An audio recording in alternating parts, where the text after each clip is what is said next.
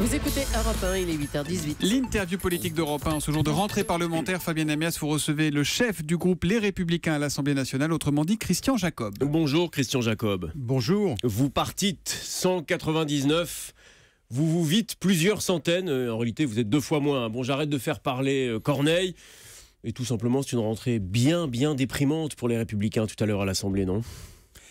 Écoutez, on a perdu les élections présidentielles dès le premier tour, on a perdu les élections législatives. Voilà, nous sommes aujourd'hui la première force de l'opposition avec effectivement 100 députés.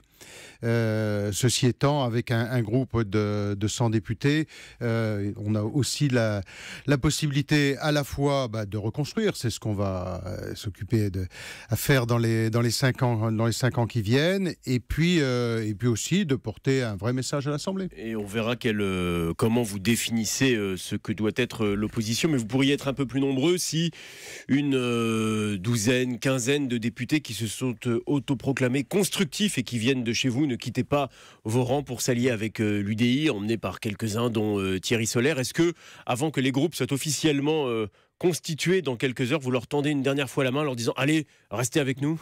Bon, écoutez, la main a toujours été tendue et après c'est leur décision. Il y a toujours eu deux groupes d'opposition à l'Assemblée, et même lorsqu'on était dans la majorité d'ailleurs, il y avait aussi deux groupes.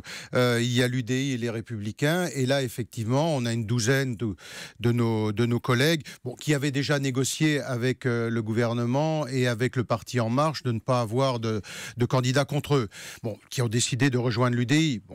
C'est leur choix, s'ils veulent revenir, ils sont les bienvenus. Mais est-ce qu'ils peuvent revenir chez vous, enfin dans le groupe que vous présidez, Christian Jacob, le groupe Les Républicains, et être libres de voter certains textes du gouvernement, parce que finalement c'est ce à quoi ils aspirent, pouvoir être républicains et en même temps soutenir une toute ou partie des options gouvernementales?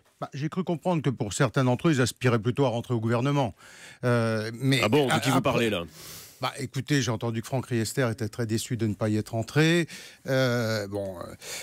Thierry Solaire, pour d'autres raisons, ne peut pas y entrer, mais aspire aussi à des responsabilités. Non, ce que je veux dire, moi, c'est que la porte est ouverte. Nous sommes dans un état d'esprit qui est celui de porter notre projet, de voter un certain nombre de textes, qui a toujours été le cas d'ailleurs par le passé. Je vous rappelle les textes sur le renseignement, les textes de lutte contre le terrorisme, l'égalité homme-femme. Enfin, je ne vais pas reprendre tous les textes. Donc, ça ne nous a jamais posé de problème. À partir du moment où nous sommes d'accord avec un texte, nous le votons. C'est ce que nous avons fait précédemment. Et ce qui nous amène à savoir quel type d'opposition vous pratiquerez. Par exemple, Éric Woerth, qui était invité ici sur Europe 1 avant-hier, nous disait qu'il voterait sans hésiter le texte de loi d'habilitation qui permettra au gouvernement de réformer le Code du travail. C'est la ligne que vous donnerez aux députés républicains sur le Code du travail. Allons-y, on suit le gouvernement ?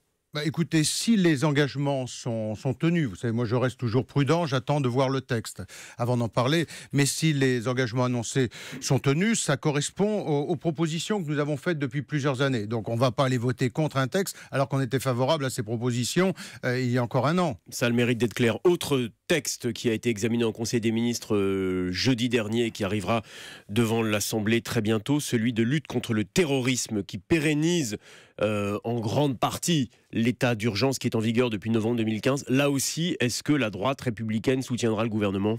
Attendons de voir les textes. Moi, je suis favorable à la reconduction de l'état d'urgence. C'est le premier texte qui va arriver. Ensuite, on nous parle effectivement d'un autre texte sur le terrorisme qui va commencer qui passera en priorité par le Sénat. Attendons de le voir. Là-dessus, pas d'engagement. Certains l'ont fait, comme Éric Woerth, que je sais tout à l'heure, qui a dit qu'il soutiendrait. J'attends de voir les textes. Vous savez, entre les annonces qu'on nous fait sur le perron de l'Élysée et la réalité du texte lorsqu'il arrive à l'Assemblée...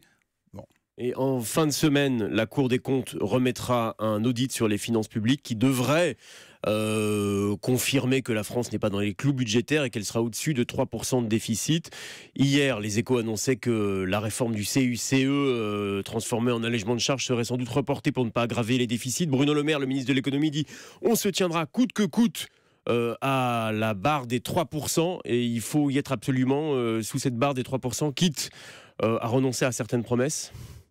Écoutez, les promesses sont celles qu'a fait le gouvernement. D'ailleurs, Bruno Le Maire était favorable à mettre un coup de frein au matraquage fiscal. J'ai cru comprendre maintenant qu'il en était devenu un adepte, puisqu'il est, semble-t-il, favorable aujourd'hui à l'augmentation de la CSG. Donc ça, c'est un vrai point de différence. J'ajoute d'ailleurs que ce dérapage budgétaire, nous l'avions senti depuis longtemps, et qu'à l'époque, M. Macron nous disait qu'il n'en était rien. Bon, je pense que la réalité fera que, bien évidemment, il y a un dérapage budgétaire. C'est la raison pour laquelle... Attribué au précédent gouvernement, là, en l'espèce. Évidemment. Et c'est la raison pour laquelle nous avons besoin de réformes de structure et non pas de continuer ce matraquage budgétaire,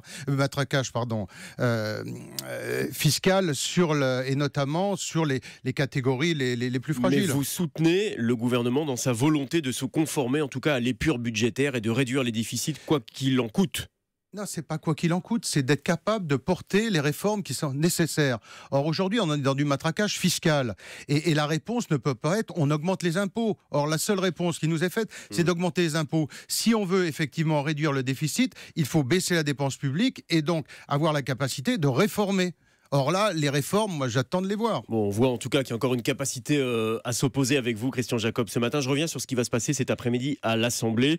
Vous présenterez, vous, le groupe Les Républicains, pour la forme, il faut le dire, un candidat pour la présidence de l'Assemblée, Jean-Charles Taugourdeau, qui est élu dans le Maine-et-Loire. Pas être élu, même si nous allons nous le soutenir. Arithmétiquement, ou alors en tout cas, ce serait une vraie surprise. En Marche présente 3 candidats. Il y a 2 femmes qui sont candidates, d'ailleurs, Sophie Errant et Brigitte Bourguignon. Est-ce qu'une présidence féminine, ce serait une première dans l'histoire de l'Assemblée nationale, serait un vrai marqueur de renouvellement? Est-ce que vous soutenez cette démarche? Écoutez, moi je soutiens, je soutiens le candidat et celui qui, à la présidence de l'Assemblée, sera capable de représenter, de défendre notre institution. Pour tout vous dire, je ne connais pas les deux candidates. Je connais François de Rugy puisque j'ai siégé avec lui en tant que président de groupe lorsqu'il était coprésident du groupe des Verts. Les autres candidates, je ne les connais pas. Mais le signal qu'on verrait, pour vous, ça n'est qu'un signal, il ne faut pas s'attacher à ça. Non, il ne faut pas s'attacher à ça. Ce qu'il faut, c'est veiller d'abord à la séparation des pouvoirs. Moi, je suis assez inquiet avec les premiers signes qui ont été donnés par le président Macron sur le respect de la séparation des pouvoirs. Et donc, l'Assemblée doit être considérée. Les députés qui viennent d'être élus et qui sont les élus du peuple, les représentants du peuple, doivent être considérés. Et on ne doit pas s'enfermer, je veux dire, entre quelques énarques où on va se répartir les postes, décider des textes, etc. Ça n'est pas comme ça que ça doit se faire. Quel signe parlez-vous, Christian Jacob, quand vous parlez de séparation des pouvoirs qui ne seraient pas respectés par le président Macron? Je ne vois pas.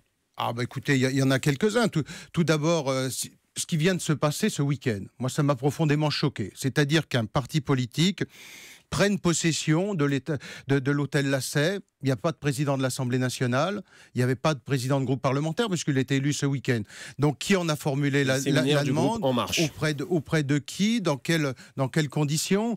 Ensuite, sur les ordonnances, nous allons voir effectivement ce qu'il y a dans le texte, mais je suis toujours assez prudent sur le fait que l'Assemblée nationale se démette de son pouvoir législatif pour le transmettre au gouvernement. Ça passe par un vote. Enfin bref, on ne va pas refaire la Constitution ensemble, mais ça passe par un vote et c'est parfaitement constitutionnel et conforme à la Constitution. Ah mais bien sûr, mais je n'ai pas dit que ce n'était pas constitutionnel, mais je dis simplement... Donc ce n'est pas une atteinte à la séparation des pouvoirs. Je dis, faisons attention, un parti politique ne peut pas s'installer à l'hôtel Lasset en le décrétant de cette manière, ça ne peut pas se passer comme ça. Ensuite, faisons attention à l'utilisation des ordonnances, je ne dis pas que ça n'est pas constitutionnel, je dis qu'il faut y être prudent. J'ai vu que c'est le président de la République qui avait désigné le président du groupe parlementaire En Marche. Là aussi, normalement, c'est plutôt une élection faite par les députés. Donc, tout cela mérite d'avoir un président de l'Assemblée nationale qui soit attentif à ces sujets. Christian Jacob, Emmanuel Macron envisagerait, je dis bien envisagerait parce que ça n'a pas été confirmé, de réunir les parlementaires en congrès lundi, la veille du discours de politique générale du Premier ministre,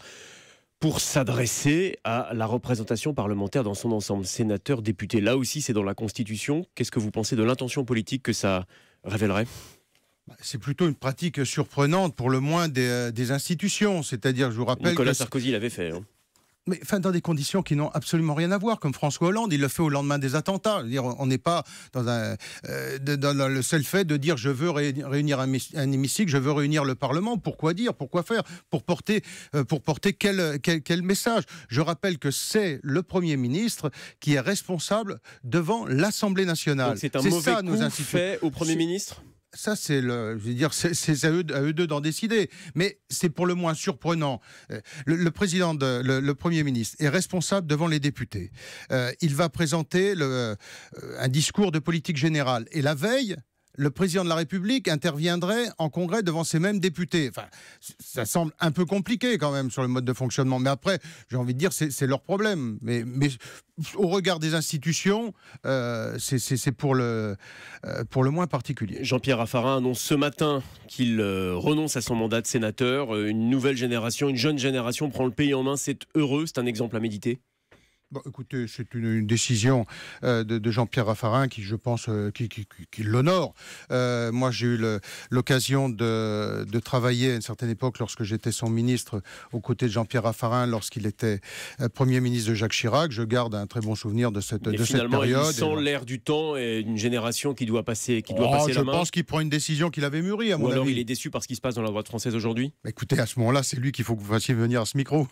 Merci beaucoup Christian Jacob d'être venu ce matin sur Europe 1. Bonne rentrée à vous et aux 576 autres députés cet après-midi à 15h. Bonne journée. Je leur transmettrai.